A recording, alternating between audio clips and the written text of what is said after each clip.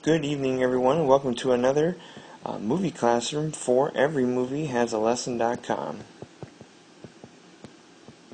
My name is Don Shanahan, and I'm the writer of Every Movie Has a Lesson, where the goal of my website is to review movies with a teacher's eye in mind, because in my eyes, every movie can teach a lesson from the series to the farcical. We got a good dramedy, dark comedy today that I'd like to tell you more about, starring two Saturday Night Live veterans, Bill Hader and Kristen Wiig. Okay, folks, the movie in question is, and I think you've seen some ads for it, it's playing pretty reasonably popular for a movie in limited release. It's called The Skeleton Twins. The title relates to the two main characters, which are Milo and Maggie Dean. They're played by Bill Hader and Kristen Wiig, two obviously awesome comedians from Saturday Night Live fame. This is an attempt from them to kind of do a little bit of something different. They're definitely entering more of the dramatic territory, and it's kind of a pair of darker kind of family siblings that are both in the midst of early midlife crisis a little bit. Disappointment in terms of finding happiness. We'll talk a little bit more about that when we get to the lessons. But we meet both these characters on the brink of failed attempted suicides.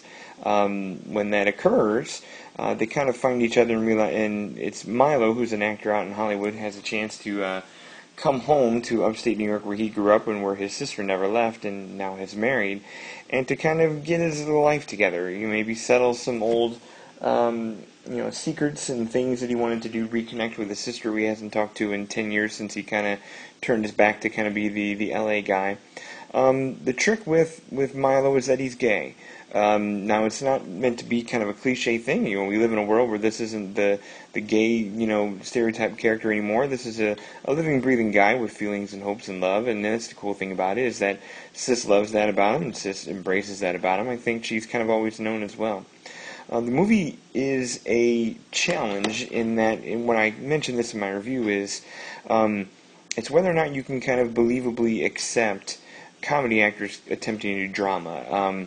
The line on it, kind of the comparison that I try to talk about is that can they believably pull off drama without looking like they're faking it, like kind of overacting, or how much it's too much comedy mixed in with the drama, because we kind of know they're going to be funny one way or another. You put Bill Hader and Kristen Wiig in a scene and in a room, you're going to get some laughs.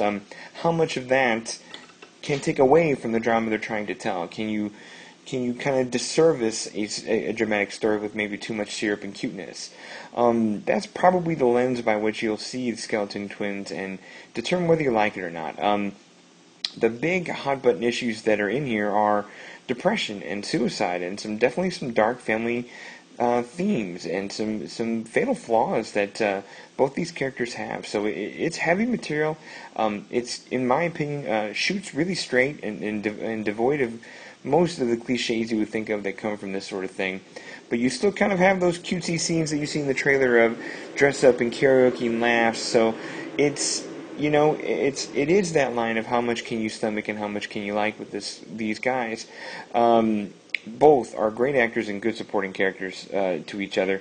They have chemistry we've seen before on Saturday Night Live, and it comes out here very well in drama. So it's just a matter of whether you kind of combine and get into the story or not. It can be a bit of a downer of a thing. I mean, this is a movie that is drama first, comedy second, and for some people I think they want maybe to laugh a little more. I think you'll laugh enough. It's definitely a movie I can kind of at least recommend. It's a little bit darker. Definitely not a warm and fuzzy movie, despite the warm and fuzzy quality to it. But well acted and well written. This is kind of delivered by a couple of first timers. It won the Screenwriting Award for Drama at the Sundance Film Festival, despite the presence of these two comedians. So it's kind of got that going for it. This is kind of from the producing tree of Jay and Mark Duplass, who have done a lot of this kind of mumblecore stuff before. For me, The Skeleton Twins is a 3-star kind of movie. So 3 stars. I've seen far worse movies that try to do the drama comedy thing or have lesser talent trying to do bigger things, but these two are pretty darn good at what they do, and I think it's a great place and a good starting point for them to see them do more drama. Let's get to the lessons. The first lesson is this, and the nature of siblings kind of gets some specificity here with when closeness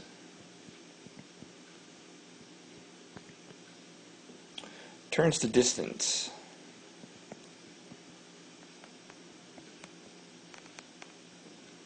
between siblings. And in this case, we're talking twins. In the small little, kind of gauzy flashbacks that we get to these two, they were really tight growing up. Love their father, who is also a suicidal kind of person, and the character story is there. You'll see it when you see the movie. But these guys started really close. They were kind of inseparable. They both supported each other, but when they grew up and had different ambitions of where they wanted with life, especially Milo, and where he wanted to be more accepted than where he was, these two kind of diverged. The plot point here is that they haven't talked in 10 years until these kind of suicide things brought them back together and kind of forced them to kind of maybe share the same roof to kind of get their acts together. But they kind of, it's when they're together again now, they kind of realize how much they need each other and miss each other, and that's a good thing. So, but I think that happens to a lot of siblings in life. I think we all kind of grow up, kind of go our own ways a little bit. I think there's a part of us that's kind of told to go out and be our own person, be our own man, be our own woman. I know I have a little brother, and we were good growing up, but we don't call and hang out, and we're not inseparable now as adults. I think I don't think I'm the only sibling that has that, and it's definitely but neither one of us are trying to kill each other, so or ourselves, I should say. So this movie kind of dives into that with a little bit more of a darker tone. Let's get to the second lesson. Lesson number 2 is kind of the personas that these two kind of operate with, because here's what I'm trying to say here. The lies we tell to sound okay. Maybe that's a simplified thing of what I'm trying to say here is, but both of these two siblings, because maybe they're at distance, or because maybe the differences between them that are kind of there despite their great connection, they both kind of lie to each other and the people in their lives, and it's the lies in this movie that get them in trouble. It's the lies that create a lot of their internal struggle, and until they can kind of clear those and come to peace with them, they're not really going to get better. And the hard part is, these are the lies they tell other people to look and sound okay, to go, yeah, to look like they're successful and they're happy, or happily married or happily working. They kind of both kind of trump up their own kind of personal resumes to kind of look a little better and kind of keep up whatever the status quo, or the whole keeping with the Joneses in the community.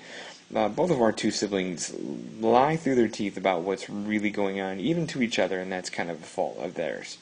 A root of that comes with the third and final lesson. Let me head over that direction. Lesson number 3 is, and this is where we're closing out here, is the disappointment.